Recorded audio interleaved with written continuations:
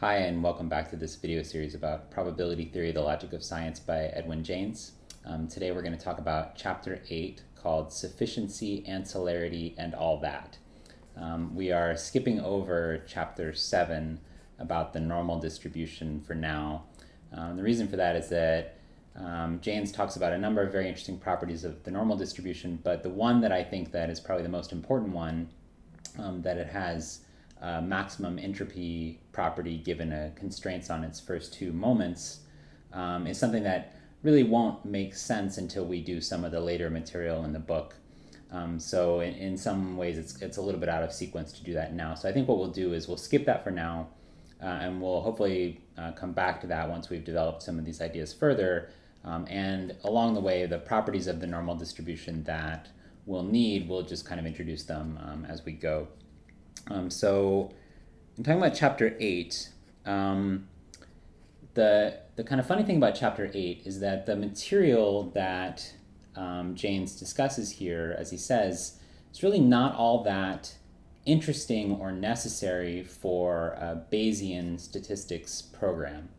And the reason for that is that these concepts are just kind of, they're things that we as Bayesians just kind of get for free in the analysis, right? They're not things that we actually have to focus much attention on. They just kind of fall out naturally in the kind of calculations we do. Meanwhile, they are very important in the orthodox world, and they're something that a lot of time and energy is spent on in orthodox statistics, talking about properties of these different estimators. So I think that really the kind of goal of Chapter 8 is to show in some way how these things that orthodox statistics has to spend so much time thinking about and working through just kind of come effortlessly in the Bayesian program, and we get them basically for free. So we're not actually really gonna use these things too much, except just to kind of note along the way that we get something that for the orthodox world causes a lot of consternation. And we already saw a little bit of this at the end of last time when we were talking about the rectangular sampling distribution or taxicab problem. Okay, so just to remind you, where we were with that problem was that we had a set of data, which let's call them x1 through xn, which we assumed were independently sampled from a uniform distribution with an unknown parameter. So these things were sort of uniform on some interval from 0 to alpha, and alpha here was unknown.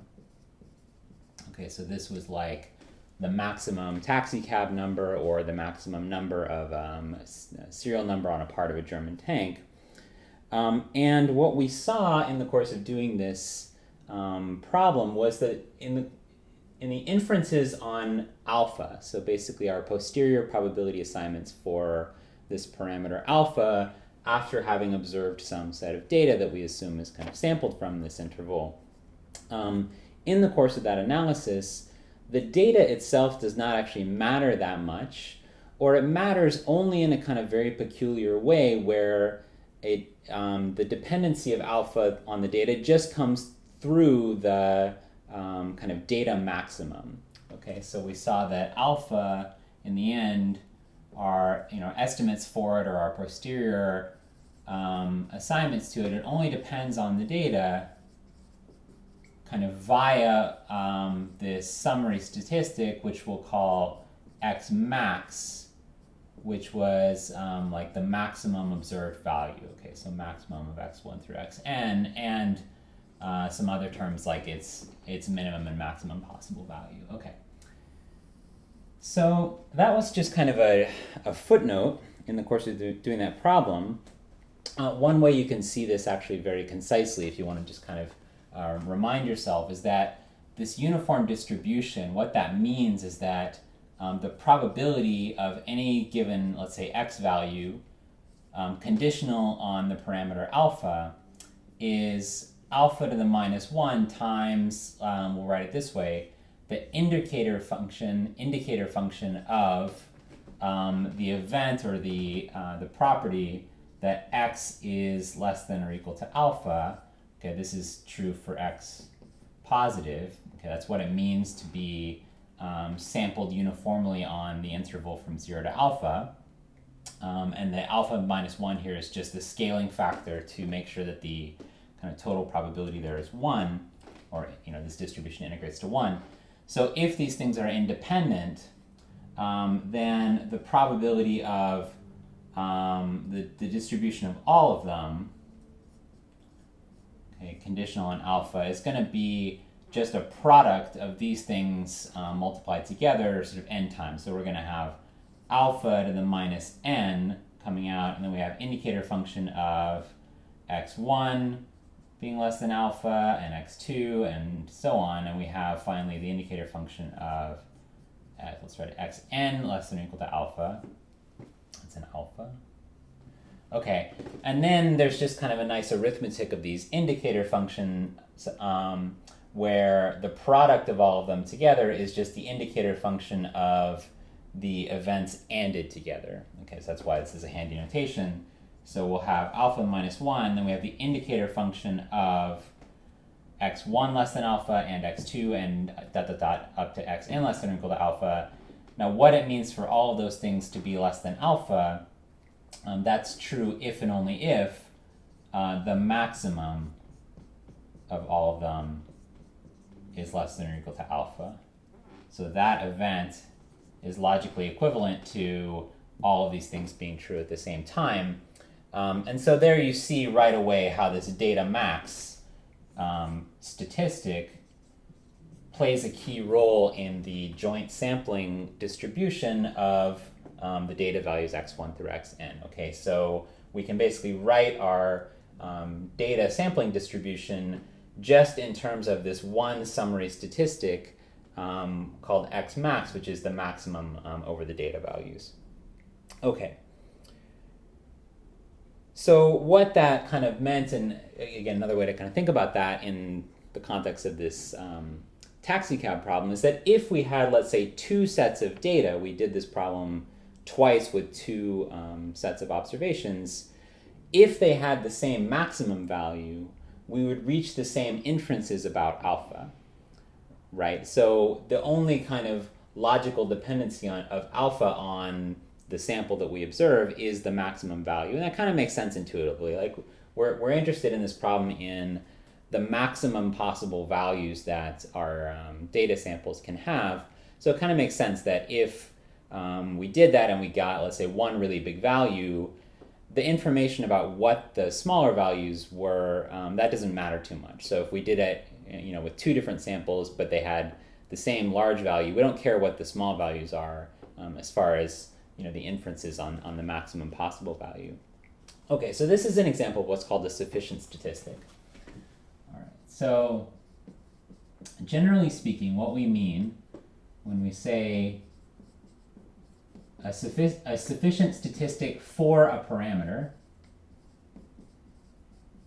okay, so that's for a given parameter theta in the context of a model for the data that's being produced in some problem, and that model incorporates some sampling distribution, some probability distribution that has a parameter in it called theta. Okay, a sufficient statistic for that parameter theta, the word that's being defined, is a function of the data. Let's say it's a quantity r, which is a function. Let's write it this way. Function r of the data such that the probability of the data, the sampling distribution of the data, if we condition on theta and the statistic r, okay, that probability now no longer depends on theta. Okay, so let's just say it does not depend on theta. Okay, so intuitively what's going on is that the summary quantity we compute from the data, however this function is kind of defined, captures all of the theta dependency of the data so that if we now condition on it and theta, well, then that thing doesn't depend on theta anymore. So the data, once we know the value r, it's taken up all of the dependency of theta in the data sampling probabilities. Okay. Now it turns out that with a little bit of work, you can see that this is actually equivalent to the statement that the probability of the data conditional on theta, so our ordinary kind of sampling distribution of the data, we can write that as the probability distribution of r. Okay, so r again is a function of the data, so it is kind of random variable in some sense. It gets probabilities associated to it. Those probabilities depend on theta, so we can compute probability distribution for r given any particular value of theta. So we can have probability of the data is this probability of r now times something let's just call b, which is another function of the data that doesn't depend on the parameter theta. Okay, so there might be basically some other functional form that goes into this total probability calculation, but all of the theta dependency is kind of swallowed up by or captured by the distribution of the summary statistic r, and that's what it means for it to be a sufficient statistic for that parameter. Okay, so a couple of things to note. First of all, we could generalize this a little bit. So we've said here, it's a function r of the data. We could allow that function to be sort of vector valued, so we could have more than one summary statistic at a time coming out. And that thing then could be sufficient for a parameter. So we might say that the parts of that vector value function are jointly sufficient for that parameter theta. That's something you might hear. We could also allow for the possibility that this parameter is itself vector valued. So we might have sampling distributions that depend on many different quantities, the way that we've seen one or two examples so far. So we might be, in full generality, interested in talking about things like jointly sufficient statistics for a collection of parameters or things of that nature. Okay, so just to make you aware, but basically the logic is going to be the same every time. A sufficient statistic is just some way of summarizing the data in ideally, some small number of terms, so some kind of low dimensional summary, so that once we condition on that thing, now the data doesn't depend on theta anymore, and another way to write that is we can just pull out the kind of distribution of the statistic and have stuff left over that doesn't depend on theta. Okay. So before we do any more examples, so we've seen one example here with the rectangular sampling distribution where our statistic is the x max, data max. Before we get into more examples, let's just think about how this would kind of play out in a Bayesian inference. So let's say that we were doing a posterior probability assignment like this, where we had done we collected some data, and we were assigning posterior probabilities to the parameter.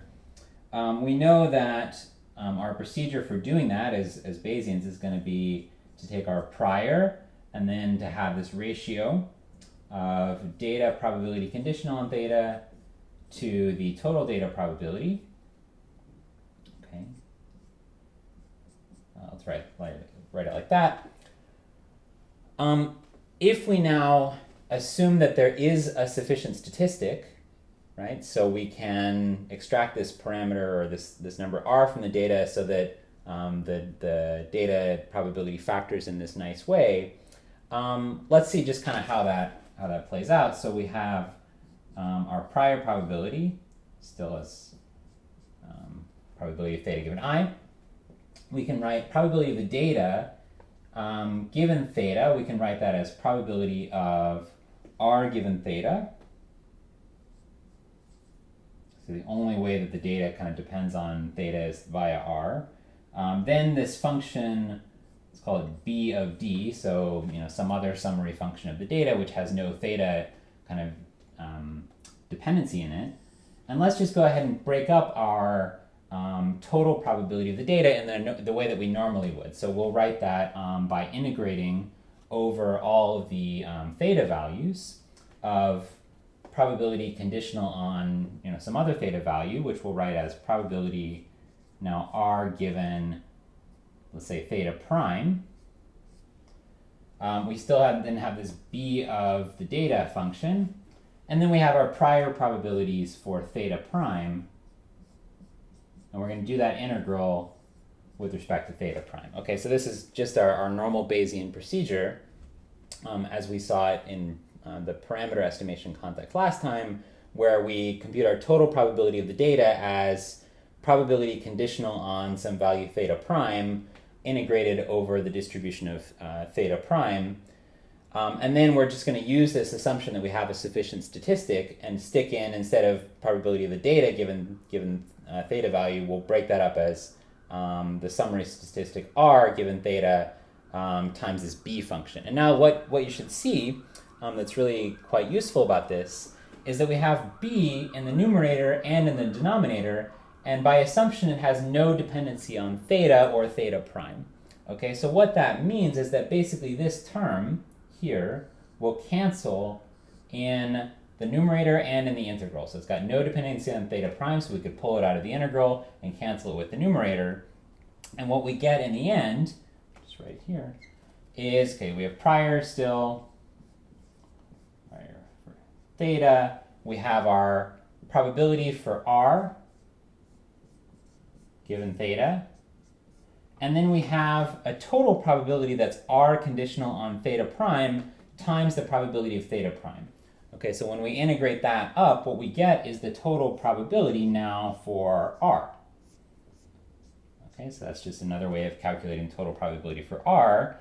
And what you see in the end, that hopefully should kind of seem suggestive, is that once we do this calculation, this is now the same as the posterior probability assignment for theta given just r and our background information. Okay, so that's kind of where we get to. And we started with posterior probability assignment for theta given the full data set. Okay, so basically all the information in the data.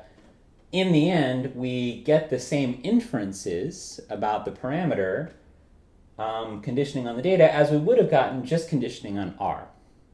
Okay, so one way to kind of think about this is that after having done this calculation and seeing, oh yes, okay, we got this cancellation, everything kind of broke down in this nice way, if we wanted to, we could have just taken our data to be this summary statistic r, right? So instead of somebody handing over their full data set of all of the results of the trials of their experiment or however it's defined, if they just gave us the one summary statistic or set of summary statistics that's embedded in this sufficient statistic data, conditioning on that value would have gotten us to the same place, right? We would have ended up with the same posterior probability assignment, the same inferences about theta. So that's basically intuitively another way you can think about sufficient statistics, that they are in some way a complete way of summarizing the data so that when you do a posterior probability assignment, you get to the same number. So you don't actually need to care about the full data set. You can just condition on this one or two summary statistics. Okay, so that's very, very useful. Basically just to avoid having to truck around large quantities of data. All right, so let's do a couple more examples just to maybe make this a bit more clear. So first example we already did, which was the rectangular sampling distribution problem. So we have uniform distribution and we're sampling independently. And what we saw is that the sufficient statistic in that case was x max. So basically the data maximum over all of our observed values happens to be a sufficient statistic. Sufficient statistic for the parameter alpha, which is the kind of maximum of the interval that we're sampling from uniformly. Okay. Another problem that we have actually already seen these ideas kind of in disguise was for the sampling with replacement problem. Sampling with replacement. Okay. where we had, let's call it a success probability theta. So that's our parameter, and that was something like a very, very large urn with some proportion of black and white balls, and we're sampling them with replacement, so taking a ball out, throwing it back into the urn and shaking it up, or many other kinds of contexts where that setup applies. So for these sampling with replacement problems, usually we can think of our data as being the full sequence of draws from the urn or attempts in these trials, successes or failures. So we might have something like our data is some sequence of good and bad trials, and I don't know, maybe it's something like, it was good, good, bad, etc.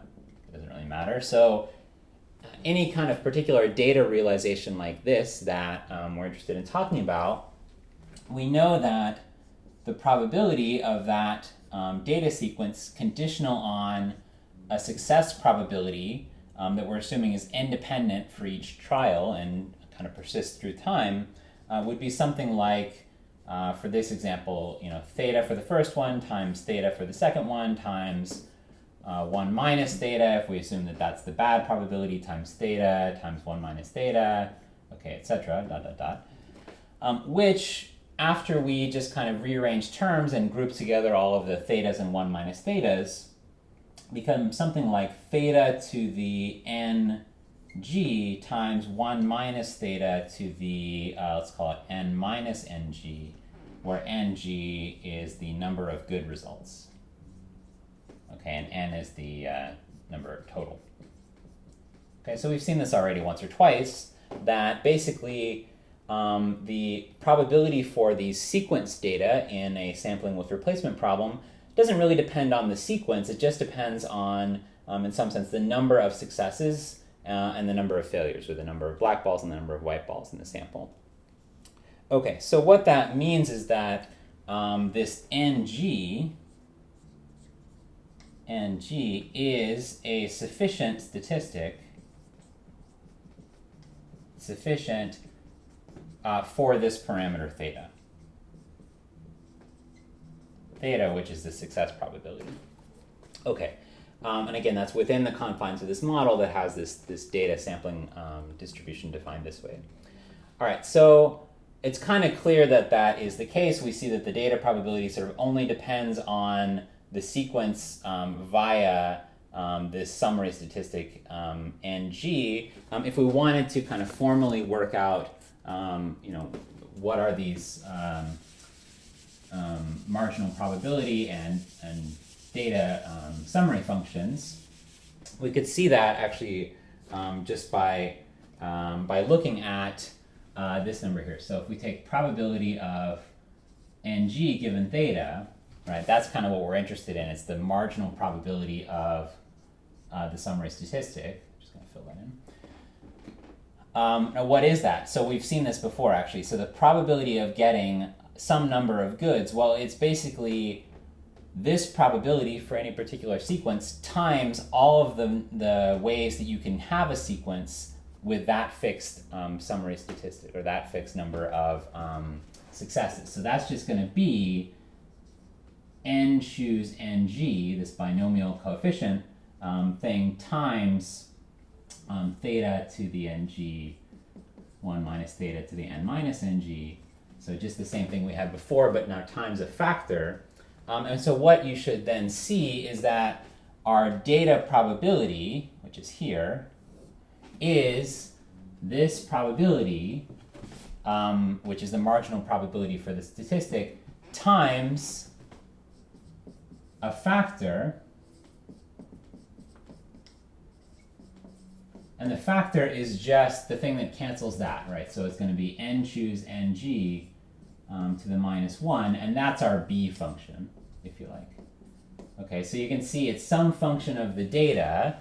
It depends on the sequence that we got in the data, but it doesn't depend on theta anywhere, right? There's no theta dependency in this. And if you wanted to work this out, you could see that actually the probability of any particular sequence given a value of the summary statistic is just going to be uniform on all of the possible sequences with that fixed number of successes. Okay, so it's another way of seeing that basically this number ng embeds all of the theta dependency of the data in it. So once you condition on that, everything else is kind of independent of theta. Okay. So that's a couple examples of some sufficient statistics for simple problems that we've encountered already. A third very important class then that Jaynes talks about, and this is going to get into some of the material that we skipped over in chapter 7, so we'll hopefully make it as clear as we can, is the example of a normal sampling distribution. So let's write it this way. So x, we're going to say, has a normal sampling distribution, and that normal distribution, as we've mentioned before, has two parameters in it. One of them is the mean, and the other one is the standard deviation. We'll write it this way. Mean, mu, standard deviation, sigma. We'll usually just write sigma squared. So what that means in terms of the sampling distribution is that the probability for any given value x, let's say given these two parameters, is going to be something like this. It's a normalization constant, 1 over root 2 pi sigma squared now times an exponential, and it's the exponential of minus x minus mu squared over 2 sigma squared. Okay, so if you look at the graph of this thing, you'll see that basically this is a kind of bell curve shape. Okay, familiar bell curve shape we've drawn a few times before. Mu determines where the peak of that bell curve occurs, so then the farther that you deviate from mu, the larger this term gets, and then when you take minus it, you get something negative, and the exponential then kills that off, goes to 0. The rate at which it kills it off is kind of scaled by this number sigma, so sigma determines in some sense the width of that bell curve shape. Okay, so these are the two parameters of the normal distribution, and that's then the sampling distribution of the data as a function of those two parameters. Okay. If we assume that we have, let's say, x1 through xn are independent samples from this normal distribution, so we're drawing from a population or something that we assign a normal distribution and we do it n times and we treat them as independent, then what we're going to get is that the probability for that joint distribution, okay, we can write as the product of this individual probability the product n times, so the product over this data sample x1 through xn. And if we do that product and combine together the exponential terms, okay, well first out front we get this constant term, which we'll write as, let's say, 2 pi sigma squared. We have that square root to the nth power, so we have n over 2. And then we have an exponential where, since we're multiplying things together, these exponentials add up, and we have minus, let's bring the 1 over 2 sigma squared out, so 1 over 2 sigma squared. Since that's common, we can factor it out of all the terms, and we have a sum now, let's write it from I equals 1 to n, of just the term xi minus mu quantities squared. Okay, so that is all inside the exponential, and then we have a normalizing constant up front. So that's our total probability of this vector x1 through xn, assuming that things are independently sampled from the normal distribution. Okay, it's going to get just a little bit hairy for a second, but what we're going to do is basically just do some arithmetic on this and see some nice sufficient statistics just kind of drop out automatically. So that's what we're aiming for. Okay, so just bear with me for 1 or 2 lines. So let's just take this sum in particular. So we're interested in the sum xi minus mu quantity squared. We're going to expand that out and do a little bit of arithmetic on it. First things first, we can expand out the sum xi squared, we have minus 2 mu xi, and we have mu squared. Now that's all still inside the sigma. Now let's break up that into three sums. So we have the sum xi squareds, we have minus 2 and mu are constants in the sum, so we'll bring that out as minus 2 mu sum of xi, and now we have a sum of mu squared n times. Okay, these are I equals 1 to n. I won't write that every time, but just to remind you, so we have n of these terms, so we have plus n mu squared at the end. Okay, now let's factor out an n. Let's just see what happens. So we have n times, okay, we have to divide by n, sum of xi squareds, fair enough. Now we have minus 2 mu, we have another 1 over n term, sum xi, and we have a plus mu squared. Okay, no big deal, we just pulled out a 1 over n. But now we kind of start to see things shaping up. So we have a mu squared here, we have a minus 2 mu times something. So let's try to complete the square and see what we get. So let's write that as mu minus this term here, which is 1 over n sum of xi, that quantity squared. Okay, so that's going to give us our mu squared and our minus 2 mu 1 over n, the sum. So then we still have this plus 1 over n sum of xi squareds, and we have to subtract off the square of this term because that'll come out when we expand that square. So we have minus now the sum, or 1 over n times the sum of xi, that quantity squared, and all of that is still within this brackets with an n out in front. Okay, so we're just doing algebra to basically manipulate these terms to kind of get into a nice summary form, and we're actually there. Believe it or not, we're already done. So if we write a couple of just shorthand notations, so we'll write x bar is going to be the average of the xi's. You should hopefully see that we have that term here, also here. And let's write s squared for the what's called the in-sample standard deviation. So we'll write that as the average of the squared terms minus the square of the averages, or the square of the average of the terms. Okay, so that's that. It's otherwise you can represent this as x squared bar minus x bar squared if you're kind of looking for a shorthand notation. All right, so that's the sample mean. That's our x bar, and our sample standard deviation is this thing. Okay, we've mentioned these once or twice. We should see now that this whole sum is representable in terms of just these two summary quantities.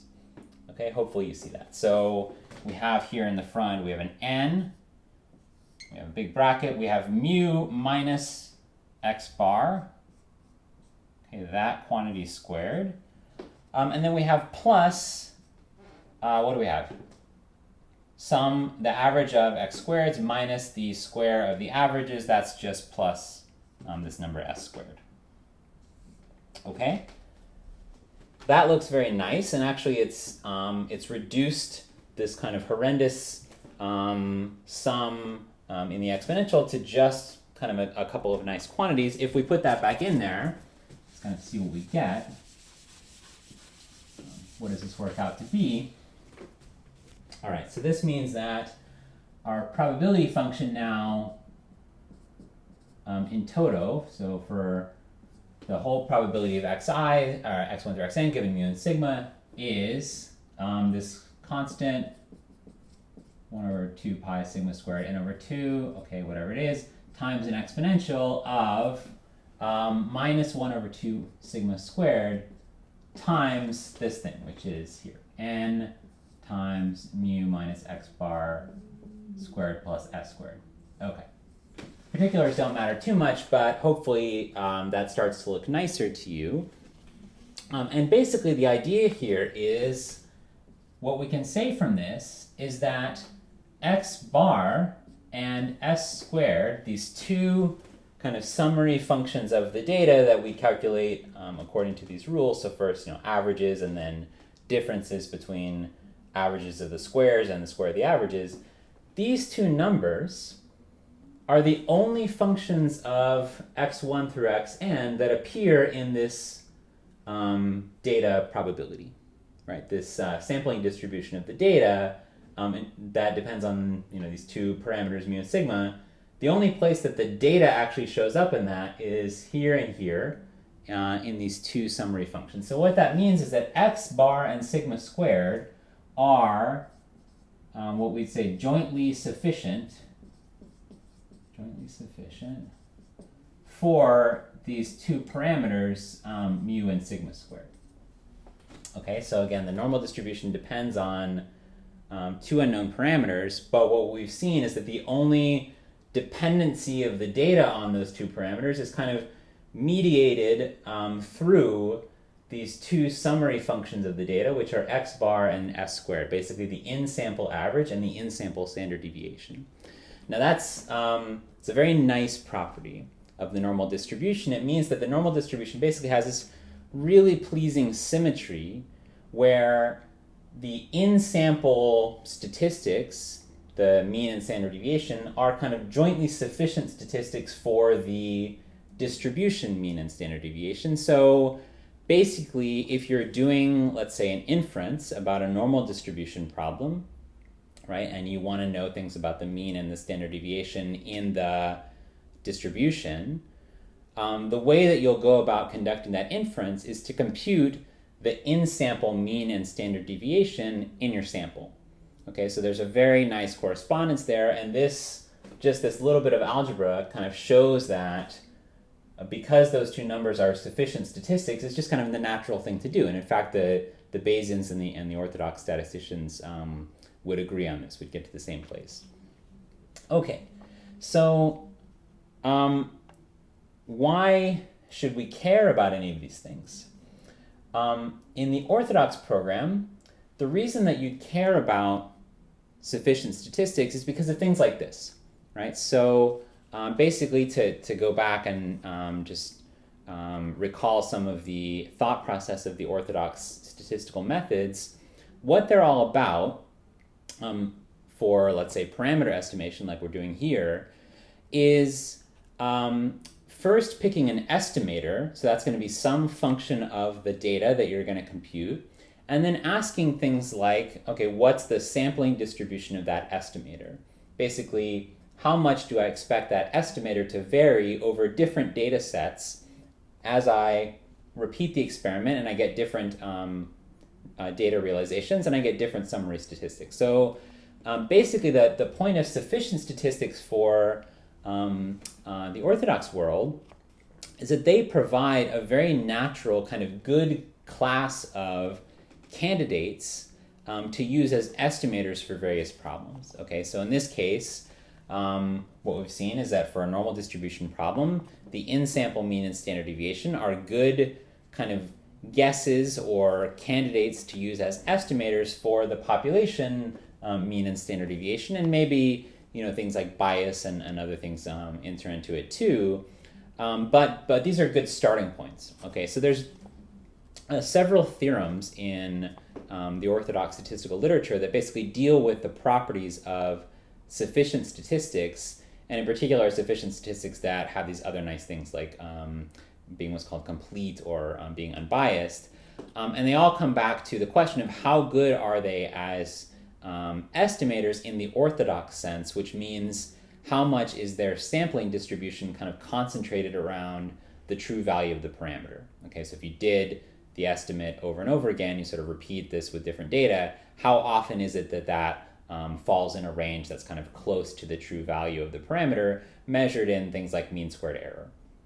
Okay, so Jaynes mentions one of the big theorems here, which is the Rao-Blackwell theorem, that shows actually that if you have, let's say, some estimator that's just kind of your favorite estimator, thing you want to use, and there is a sufficient statistic for that problem, okay, so just somewhere in the background there exists a sufficient statistic, then you can actually improve on your estimator by doing a procedure that amounts to conditioning on the value of the sufficient statistic.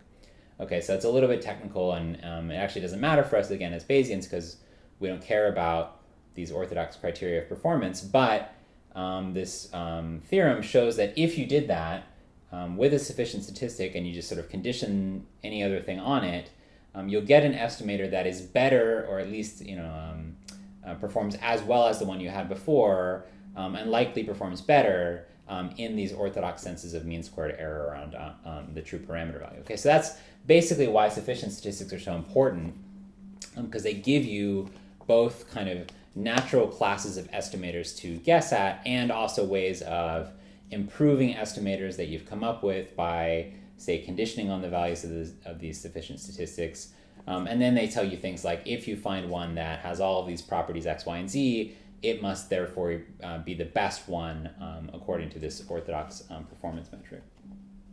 Okay, so that's kind of the example where things go the best, and you can sort of see why, if you had spent your life doing inference problems involving the normal distribution, like we've seen kind of come up over and over again, if that's really all you cared about, then this kind of sufficient statistic argument would suggest to you that this procedure is very natural, that just sort of computing the data mean and data standard deviation is the right way of summarizing data, because it kind of extracts out all of the relevant information that you need for doing inferences and for finding good estimators. All right, so for an example where that actually does not go so well, we don't have to look too hard. We just have to think about other possible sampling distributions, and in particular, a fairly pathological one called the Cauchy distribution. Okay, so let's say, by contrast, our data had a Cauchy distribution, which we'll take to be the unit Cauchy distribution. So what that means is that our probability function for the data is going to be 1 over, okay, there's a normalizing constant, which is actually pi, plus 1 minus x minus theta squared. Okay, so 1 over 1 minus blob squared, and we have to divide by pi to normalize it. If you were to graph this, you would see actually a very similar kind of shape to what we had before. It basically just looks like a bell curve. Again, it's just a different kind of bell curve, and the different kind of bell curve comes about because of the way that this function sort of depends on x minus theta, and it basically has these kind of fatter tails. So it, in contrast to the normal distribution, it doesn't kind of die out as quickly, right? It dies out as kind of 1 over x squared rather than e to the minus x squared. Okay, so kind of reasonable looking bell curvy distribution. You can actually show that it comes up fairly naturally in problems where you are, let's say, dividing one thing that's normally distributed by another normally distributed quantity, or it comes up where you have, let's say, a uniformly distributed angle in some circle or some triangle you're creating with a uniformly distributed angle between a certain range, and then you compute the tangent of it for whatever reason. So maybe that angle is the amount that a lighthouse is kind of oriented, and you're able to see kind of where the light hits some point on the shoreline. Okay, so that would kind of come out as the tangent of that angle. Anyway, anything like that is going to give you this Cauchy distribution kind of occurring quite naturally. So now the question is, all right, what can we do with it? So this is our single sampling probability for a value x. So if we have, let's say, x1 through xn are independent, just as before, and sampled from this Cauchy distribution, then what's our total joint distribution? Well, it's going to be the product of each one of these things. That's what independence means. So when we take that product, we're going to have 1 over pi to the n, constant out in front, and then we have, let's write big pi notation. So this is the product, I equals 1 to n, and we have just terms like this. We have 1 over 1 plus xi minus theta squared. Okay. So now what? We're actually, we'd like to be able to do something like what we did here with the normal distribution, but it turns out that we're just kind of stuck, right? There's no way that we can, combine this. We don't have an exponential term that's turning this into a sum or anything, and if we expand this out, we're not going to get anywhere. So basically, we just don't get a sufficient statistic for this problem. Okay, there is no sufficient statistic that we could write as a function of x1 through xn, except basically the full vector x1 through xn, which isn't very helpful because that's just telling us we need all of the data. Okay, now this is actually kind of a big problem in the orthodox statistical world when people are doing things like estimating parameters of a Cauchy distribution. Okay, Cauchy distribution is a little bit pathological for various reasons, but certainly, perfectly fine distribution to use. And the question is, how do you estimate its parameters? You can't do the kind of normal distribution argument where you take,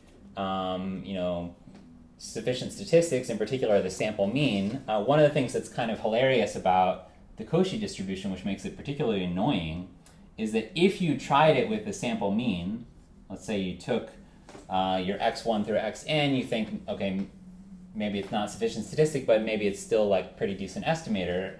If you tried to look at that thing, it turns out to have exactly the same distribution as any one of the samples in isolation.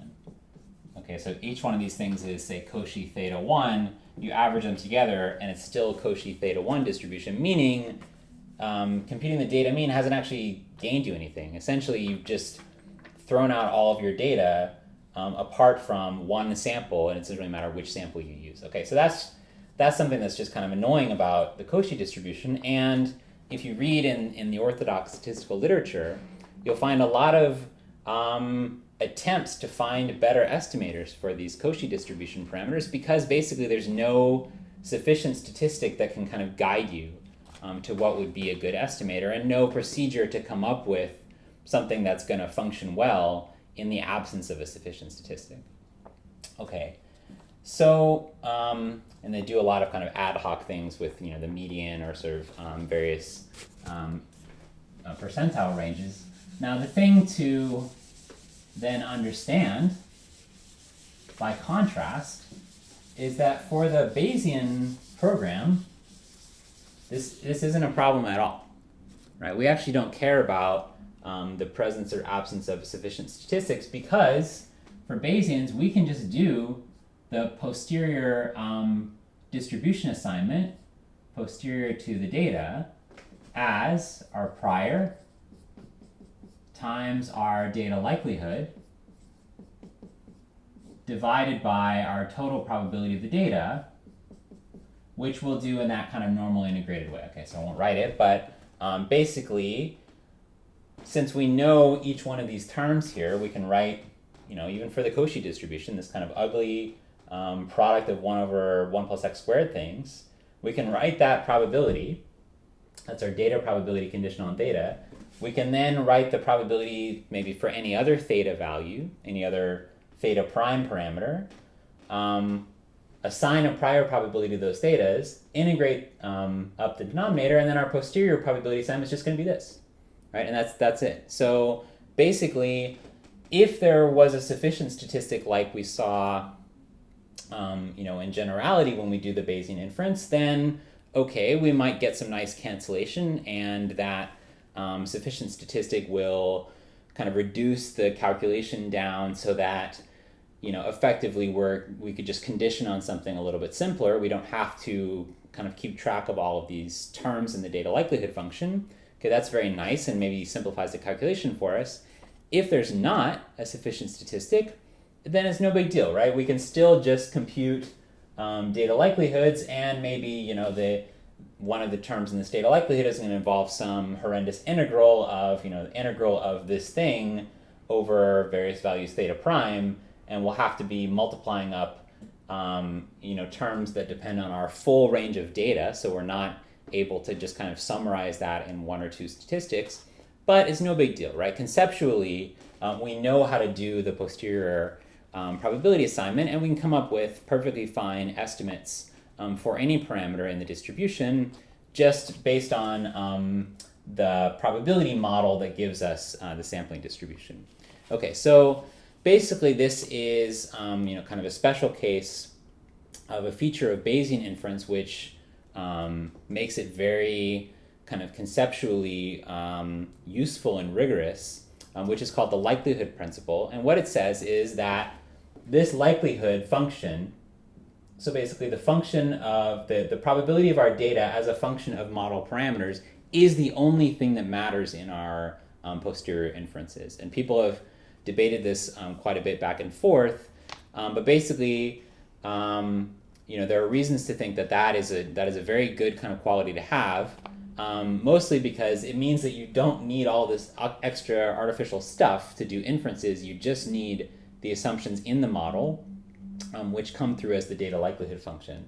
And what you'd see if you scrutinize the orthodox methods, again, from this point of view, is that they do not obey the likelihood principle because they're concerned with things like the distribution of statistics over other data sets you did not get but could have gotten. Okay. So that's basically how we would attack even a fairly unwieldy inference problem using Bayesian analysis. Oh, okay, yeah, and Jaynes actually mentions this. I didn't say this, but from this posterior probability assignment, you could very easily come up with an estimator, right? If you needed to summarize that distribution in a single quantity, like the posterior mean or median of the distribution, that's fine, and we've seen kind of arguments for using one of those or the other. What actually turns out to be the case is that any one of those that you pick, say the posterior mean, coming from a Bayesian inference with, let's say, uniform prior, okay, on some range, that posterior mean performs better as an estimator of this Cauchy distribution parameter than any known orthodox statistic or any known orthodox parameter estimator, because those are kind of developed ad hoc and based on really nothing, whereas this is at least based on kind of a rigorous inference, and even measured by the orthodox standard. So if you look at basically the sampling distribution of these estimators, the Bayesian estimators, over multiple data sets, you kind of do that over and over again, they have a narrower sampling distribution and a smaller mean squared error than any known orthodox estimator. Okay, so it's just another example where Bayesian inference wins, and Jaynes suggests that's likely going to be the case, but nobody's ever going to pay attention to it because the orthodoxians don't care about this analysis and the Bayesians don't care about the orthodox statistical measures. Okay, so that's basically sufficient statistics in a nutshell. Okay, there's not a whole lot more to say about it. The other kind of class of problems that Jaynes considers, and another place where orthodox statistics kind of runs into trouble, where Bayesian analysis has no difficulty, is a situation where maybe we get an abnormally, let's say, abnormally good or bad sample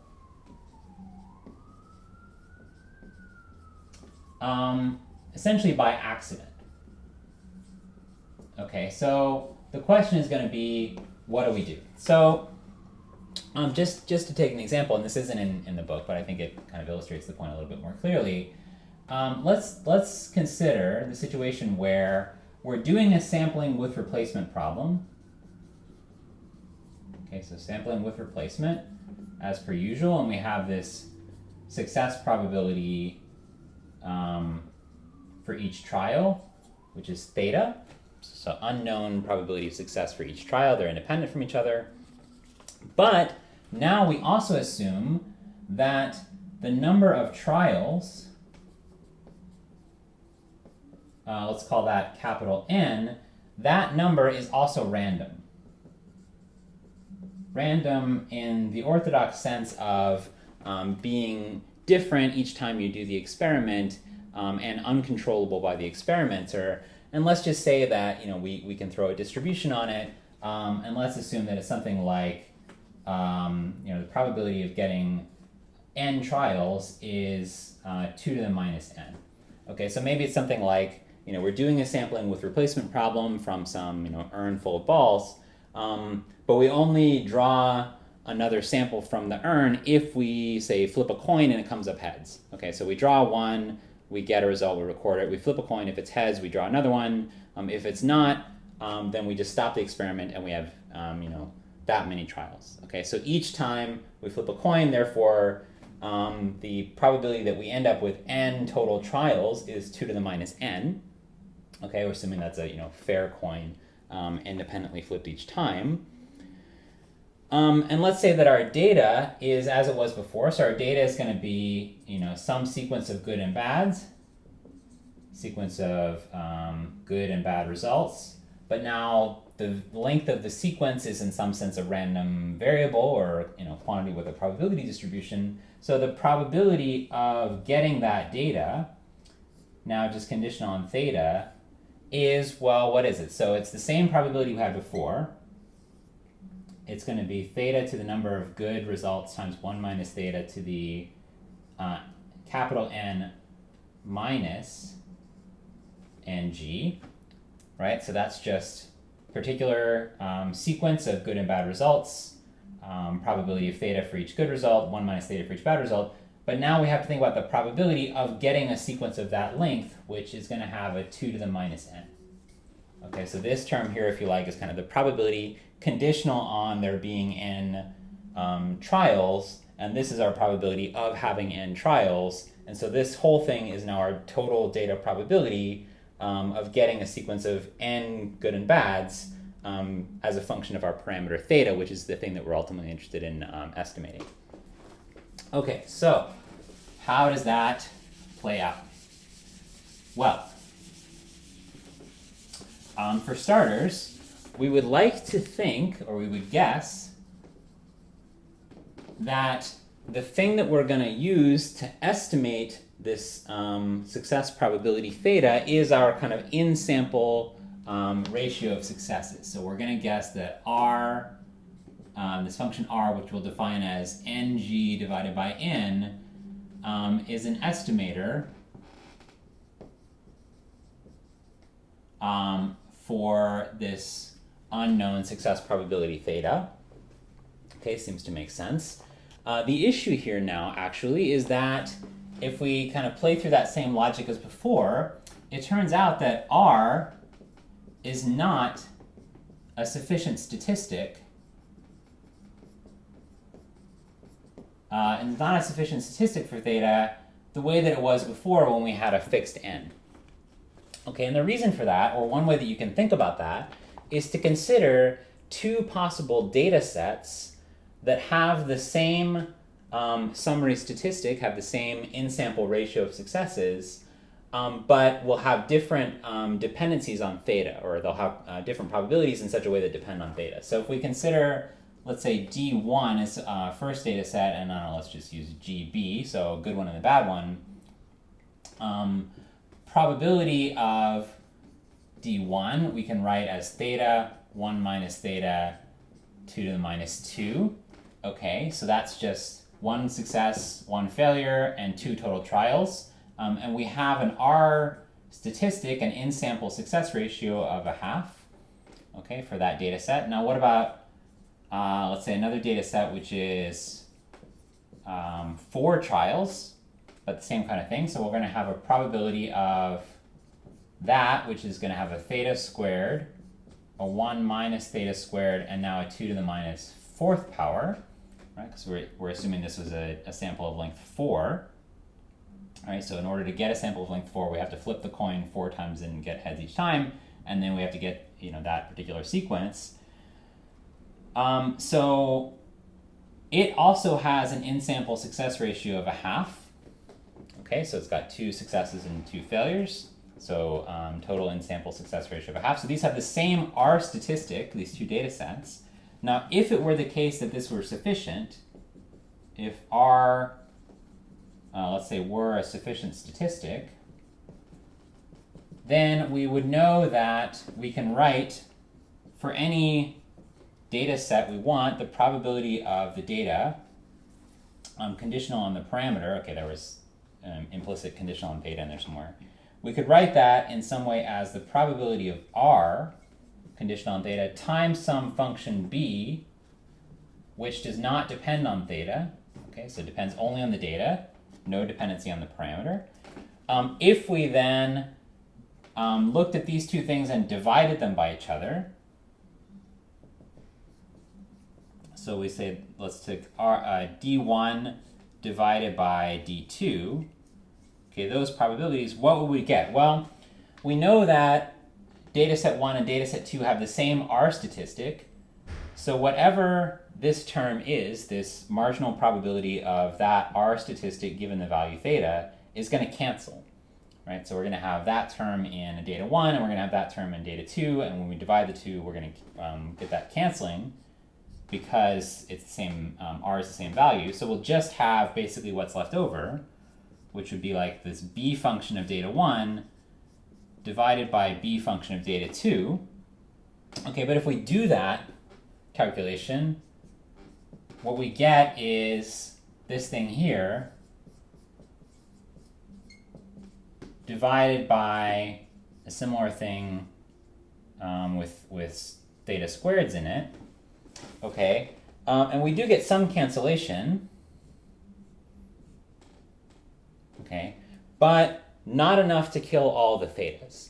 Okay, and this is the point. So if it were a sufficient statistic, if R were sufficient, then this b function can only be a function of the data. It can't depend on the parameter theta anywhere, right? And so when we divide them, we get b of d1 divided by b of d2. Somehow we still have a function of theta in here. Something's gone wrong. Okay, so that's bad news for the claim that this is a sufficient statistic, and basically what it means is that it's not. All right, so we can find two data sets with the same summary statistic, but different sampling distributions, and different in such a way that the ratio of their differences depends on theta. So not a sufficient statistic, and now the question is, okay, well, how good is it as an estimator? Okay, so maybe it's not sufficient, maybe, things aren't ideal, but it still kind of makes sense as a sufficient statistic. You can actually show that it's unbiased. Okay, I won't do that. And it still kind of seems like the natural thing to do, right? So we've got an in-sample success ratio. We're trying to estimate the probabilities of successes. Kind of makes sense that we should be doing that. So the question then, if you were going to use this and you were thinking like an orthodox statistician, is how accurate is this estimator R as an estimator of the true success probability P or theta?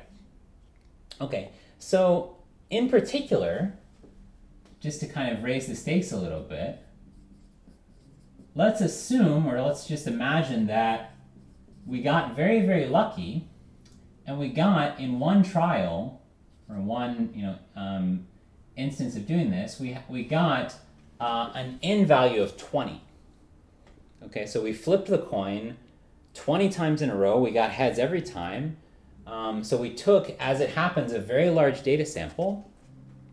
Okay, 20 realizations of this draw from the urn or whatever. We'd like to be able to say, okay, well, that worked out very well. We got a surprisingly large quantity of data. We weren't really expecting it. The odds are basically like 1,000,000 to 1 of getting 20 coin flips in a row, but we did it.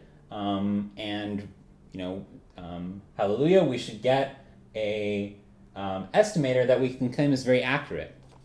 Okay, unfortunately, for the orthodox program, right, the accuracy of an estimator is only determined by what? It's determined by its sampling distribution over other possible data sets that you did not get but could have reasonably gotten. Okay, so the accuracy of this estimator R comes from the sampling distribution of this summary statistic R, which is ng over n, over other data sets.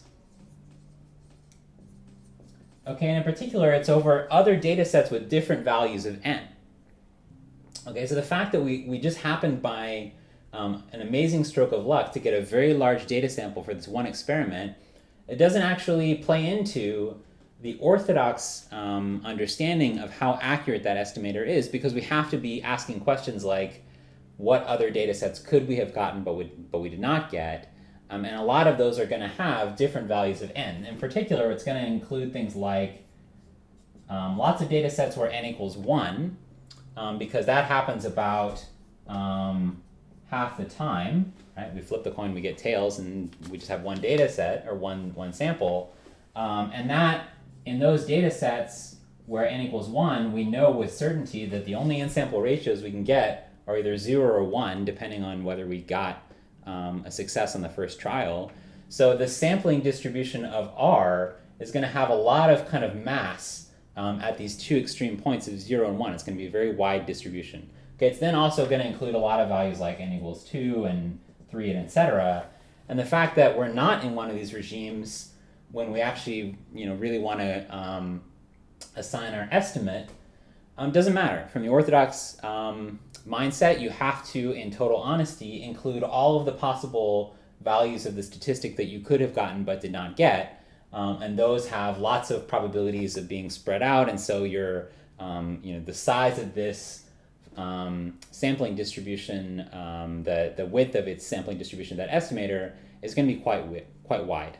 Okay, it's going to be quite a large amount of error, which will show up in really any kind of error assessment you want to do. So if it's something like, let's say you're creating a confidence interval for theta, given your one observed value of R, too bad. You because of the possibility that you could have gotten values more extreme than it just by getting unlucky and only having a small number of samples, that enters into the orthodox confidence interval estimation or p-value or whatever it is. Okay, so basically another failure of the likelihood principle. So what people have been doing then to basically sneak their way around this, and this goes back to R.A. Fisher actually, is instead of thinking about the sampling distribution of R over all possible data sets, what we'll do is actually just condition R on some other quantity of the data. Okay, so basically some other statistic. And in this case, what we're going to use is the number n.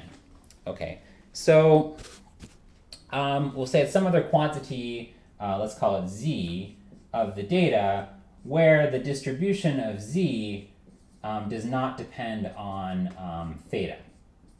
Okay, so something that is kind of independent of the parameter theta, but captures in some sense the configuration of the data in some other way. All right. When you do that, that's called an ancillary statistic. Okay. Let's just see how useful that is. Okay, so what we mean when we say an ancillary statistic, okay, z, exactly as we've written here, is a function of the data, okay, a quantity that is calculatable as a function of the data, such that its sampling distribution, probability of z, is independent of the parameter theta. I won't write the background assumption here, but you know what I mean. Probability of z given theta is just probability of z. I will write it.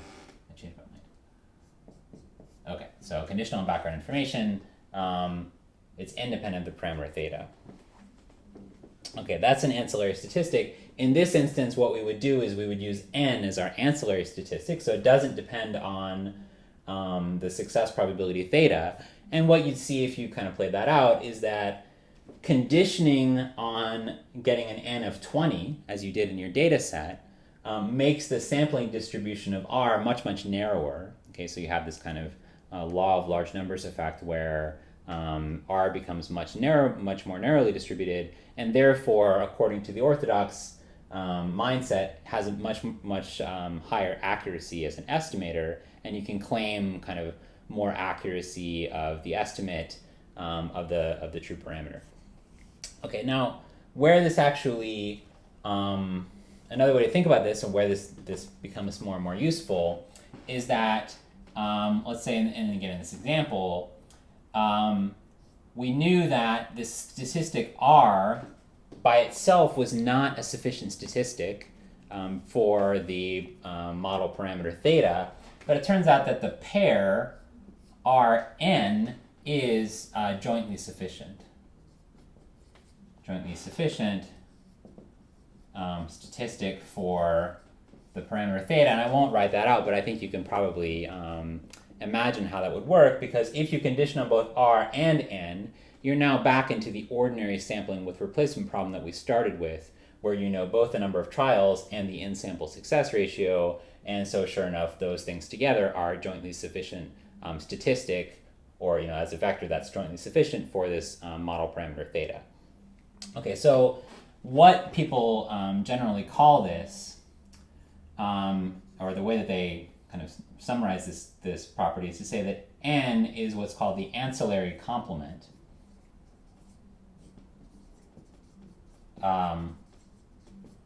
to the statistic R. Okay, so R, as our guess for an estimator, was not by itself sufficient. If we kind of pair it with this other thing that is ancillary, so it doesn't depend on the model parameter, but happens to just soak up the probability and the data in such a way that now conditioning on both of them, we do have a sufficient statistic pair. That thing is called the ancillary complement to R. And so basically the kind of program is, if you're in a situation where a lot of stuff is going on, you have different kinds of sources of randomness, or different kinds of distributions you have to keep track of, and you have one idea of an estimator, maybe it's a maximum likelihood estimator or something that's come about from your kind of orthodox procedures, and it happens that it's no longer sufficient because there's something going on that screws up the sufficiency of that statistic, then you start hunting around for some other statistic which is ancillary, meaning does not depend on the model parameter, does depend on the data in some way, so that when you pair the two things together,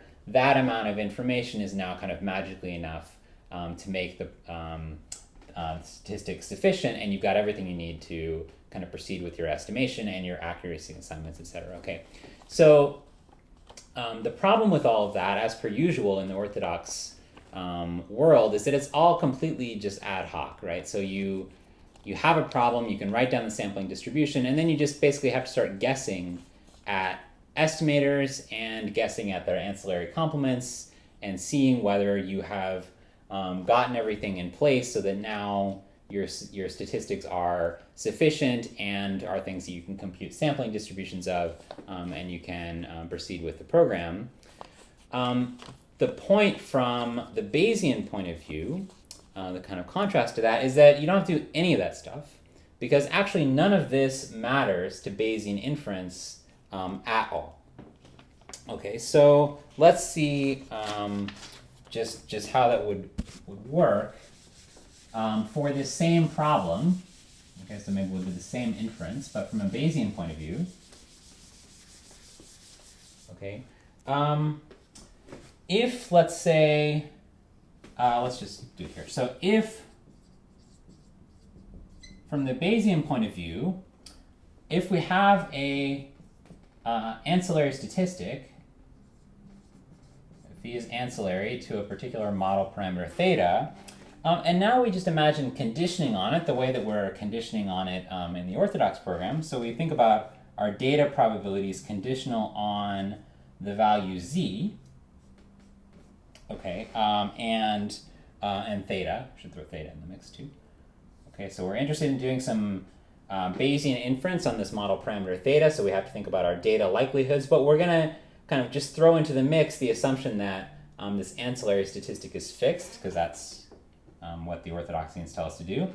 All right, what does that work out to be? Well, using the product rule, we can actually switch this around, and we can do this as the product of the joint distribution or the joint event z and the data, divided by probability of z given theta. Okay, which now, by our assumption that this thing is ancillary to the model parameter theta, we know what the denominator is. Okay, that's just going to be p of z given I. Okay, we assume this thing was independent. Okay, and then the top we can do in our normal way as, okay, we'll do first the data conditional on theta and I, and then we'll do probability of this value z conditional on d and theta and I. Okay, did I get them on there? Yeah, okay. So the idea here is that instead of doing d conditional on z, we want to do z conditional on d, so the product rule just allows us to switch those around. So we go first to their joint event, and then we break it down the other way.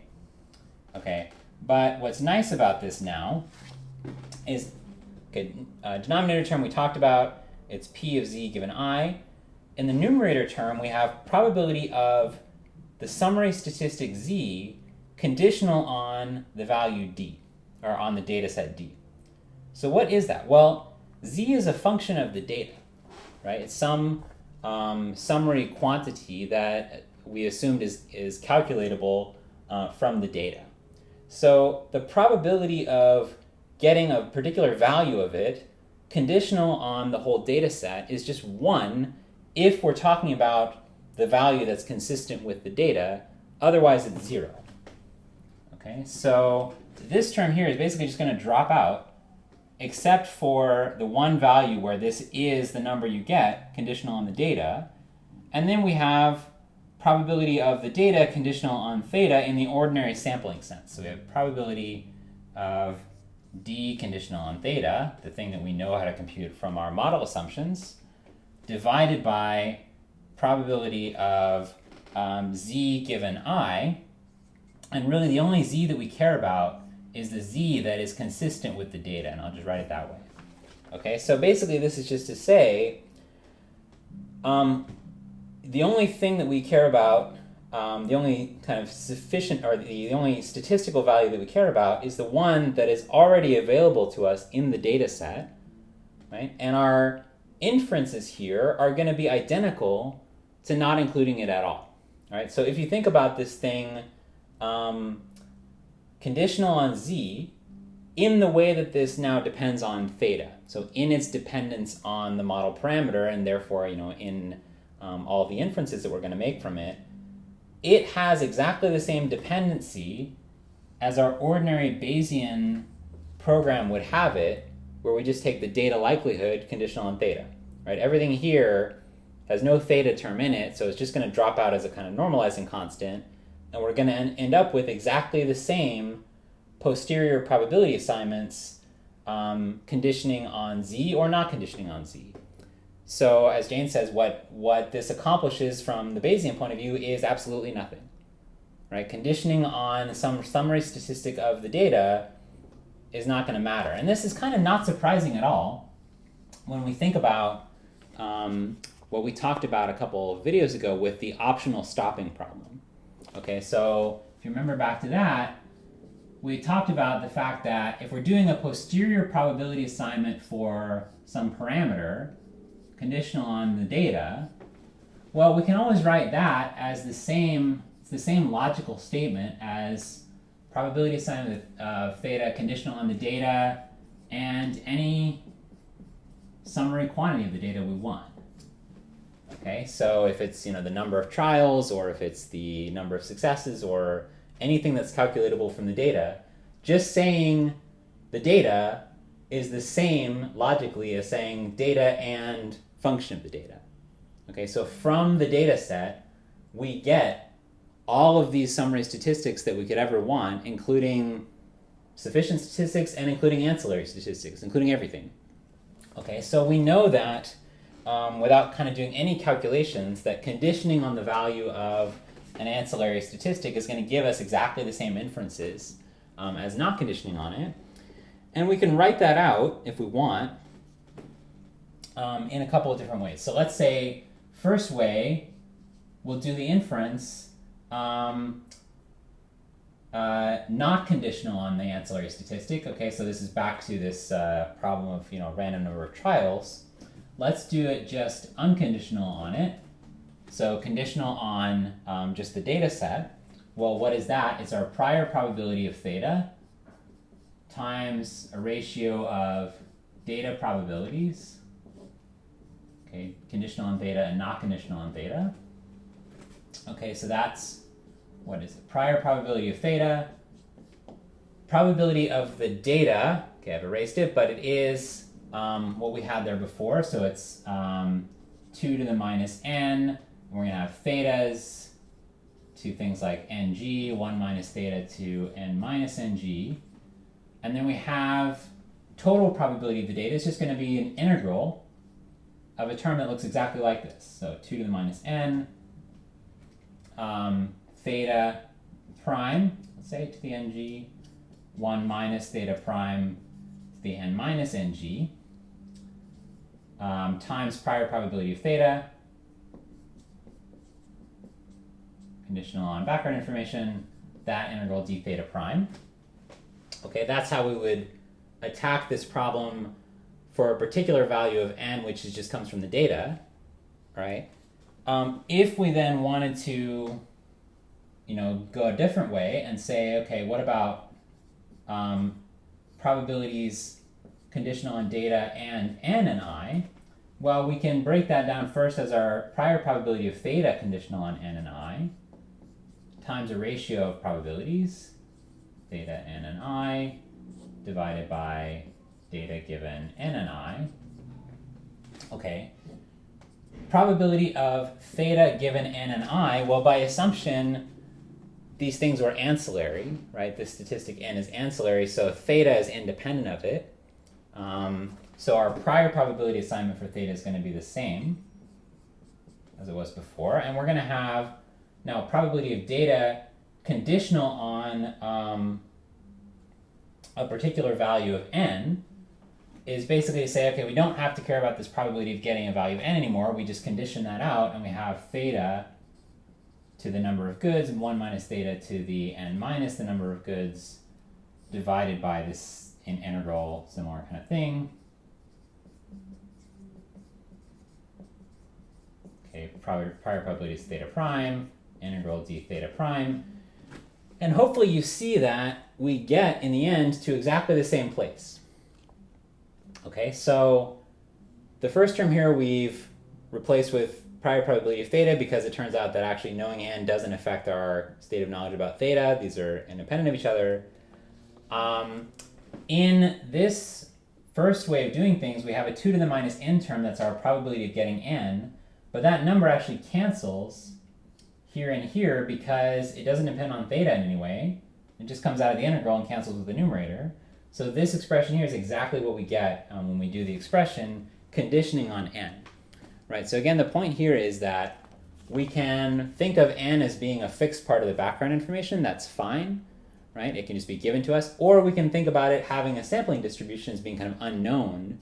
But if our state of not knowing about it prior to observing the data doesn't tell us anything about theta, right? If these two things are the same, then actually the inferences are going to be the same. It doesn't play any role in the inferential calculation because once we see the data, we see the number of trials, we see every statistic of the data we want. Okay, so it's another example basically where the Bayesian program just kind of short circuits this whole logic of orthodox statistics and give you something very quickly and very neatly without any effort at all. Right? You don't have to go hunting at all for ancillary statistics or thinking at all about distributions of pairs of things. You just basically, once you have your data likelihood function, you can condition on stuff if you want. You can not condition on parts of the data if you don't want. You're going to get to the same inference. It might, some parts of the calculation might be a bit easier, but in the end, we know that the consistency rules of probability, the theorems that we set up of our probability assignments, will tell us that we end up getting to the same place because the two things are logically equivalent, okay, as we should. Okay, one other thing I'll just mention, and again, Jaynes, he does some more examples like this, but essentially they kind of amount to the same thing. which is the following. So here we imagined conditioning on some property of the data that was kind of ancillary to our parameter theta. We could also condition on a sufficient statistic, which kind of is the other extreme. If we want to, we can break it up somewhere in the middle and kind of treat the data as being made up of two halves. Okay, so let's say that our data we'll just treat as being a kind of block A and a block B, and we'll think about, all right, posterior probability assignments for theta, or our model parameter, based on the first part.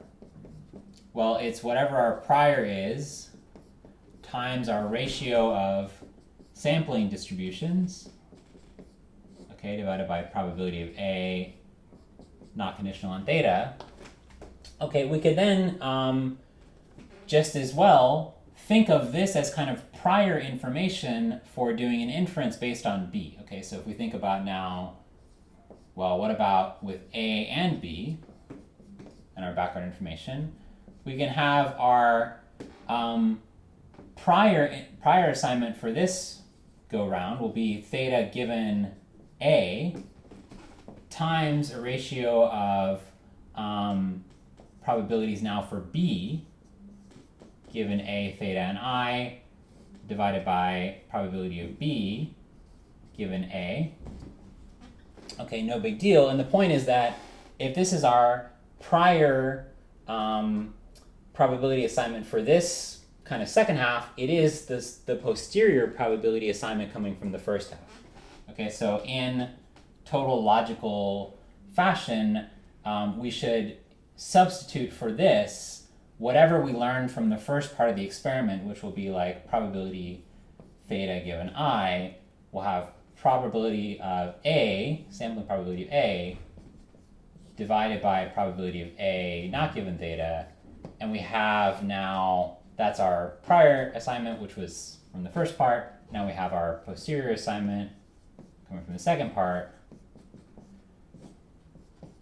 B given AI.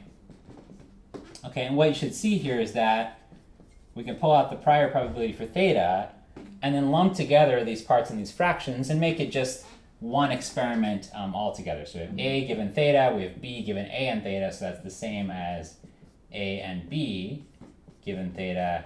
And then in the denominator term, we have A given I, we have B given A and I, so we have A and B given I. So in other words, this is just whatever our posterior assignment would have been given the full experiment, AB. Okay, so once again, the consistency theorems of probability tell us that if we do a parameter estimate or a posterior assignment in stages, as long as we remember to treat the kind of results from stage 1 as the priors for stage 2, we'll end up in a good place. We'll get to the same place as if we did it in one step from basically just our full prior to all of the data together. Maybe there's some advantage to breaking it up this way. Maybe some experimenter does this part of the problem and then somebody else publishes this part of the problem, and our meta-analysis is to put them together. That's fine. It just means that we have to remember kind of in what sense was our parameter estimate updated by the first experiment, and then that will become an ingredient in our experiment going forward. Okay, so all of these things basically, again, are games that we could play or ways that we could think about organizing information and conditioning on different parts of the data kind of in stages or as they unfold. But because of the kind of solid logical framework that we have underlying all of this Bayesian inference, we know that in the end we're going to get to the same place, and all of our inferences are going to be sound and are going to obey the nice logical properties that we want them to. And we're not going to have to worry about kind of ad hoc procedures like sufficient statistics or ancillary statistics in the course of doing these estimators. If they exist, we're going to find them automatically, and they're going to just kind of drop out of the equations. If they don't exist, it's no big deal. We'll just kind of write the data likelihoods the way we have them and proceed with the inferences in the usual way. Okay, so the kind of moral of the story is there that The Bayesian procedure just requires you to know one thing, and the orthodox procedure requires you to know many different things for many different kinds of problems. Okay.